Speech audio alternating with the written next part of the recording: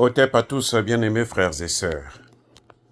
L'Iran ne compte pas sur les États-Unis pour avoir la paix. Les amis, l'Iran ne compte pas sur les États-Unis pour avoir la paix. Si l'Iran comptait sur les États-Unis pour avoir la paix, l'Iran n'aura jamais la paix. Parce que les États-Unis, c'est Israël. Israël, c'est les États-Unis. Donc la guerre que l'Iran est en train de mener contre Israël, c'est la guerre contre les États-Unis. Et quand tu combats les États-Unis, c'est que tu es en train de combattre l'OTAN. Donc l'Iran est en train de combattre l'OTAN. Mais l'Iran fait partie des BRICS. Donc la paix pour l'Iran ne peut venir que à travers les BRICS. Le soutien des BRICS. Donald Trump a cru que il est le maître du monde. Non, il faut que Donald Trump enlève dans sa tête que c'est lui qui gouverne le monde. Parce que le monde là est en train d'avancer sans lui. Pendant que l'Amérique est en train de décliner, le monde est en train d'avancer. Vous voyez? Donc le cessez-le-feu que Donald Trump a mis en jeu là, il a déjà volé en éclats. Il a déjà volé en éclats. Au moment où je vous parle, l'Iran a encore bombardé. Mais alors, sévèrement. Avec la bombe occasion, comment on appelle ça? Shebab. Hein?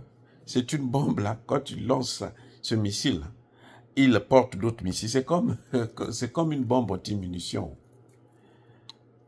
Tu as un missile qui vient avec d'autres missiles. Et quand vous envoyez, comment vous appelez ça, un missile anti-missile, avant que ce missile n'atteigne ce missile-là, il y a plusieurs missiles qui vont sortir. Et ça roule 15 fois plus vite que le son. Donc quand vous entendez le son, quand vous entendez la bombe là passer, c'est que ça est déjà très loin. Ça est déjà très loin. Oui. Donc, les amis, M. Trump a commis la plus grosse erreur de sa vie. C'est de entrer directement en guerre contre l'Iran. Même si hier, il a remercié l'Iran, parce que l'Iran, ce que l'Iran a fait hier, là, hein, en bombardant la base américaine au Qatar, c'est pas une attaque, c'est un avertissement. L'Iran a fait ça avec Israël aussi.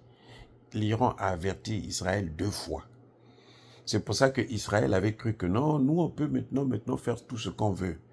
Et quand est venu la 3e fois, c'est pour ça que vous avez cette guerre-là.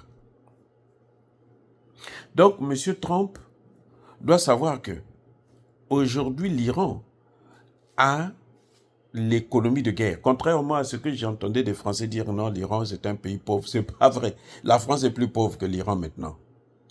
Et, ah bon? Vous savez pas ça? La France est plus pauvre que l'Iran. Les Français aujourd'hui sont en train de chercher des moyens pour... attendez. Vous savez pas que la France est super endettée? Ce n'est pas le cas pour l'Iran. L'Iran n'est pas aussi endetté que la France.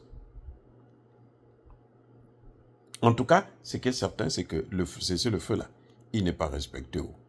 Le cessez-le-feu là, il n'existe pas.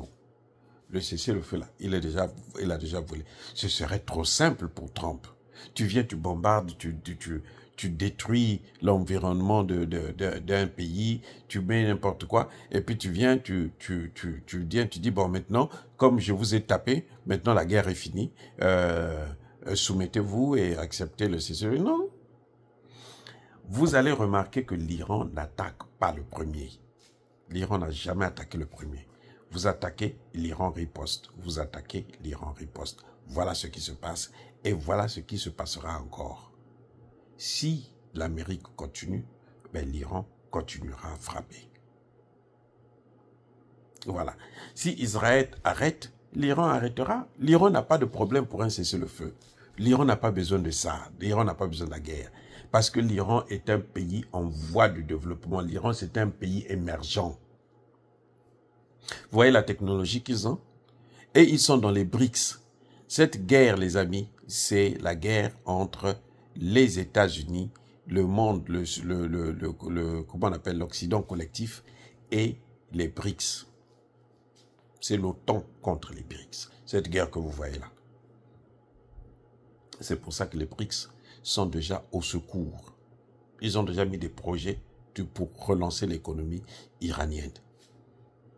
Ce qui est un grand problème pour Netanyahou parce que lui là, les gens, les Français n'ont pas d'argent pour lui donner, les Allemands, les Anglais, même les Américains.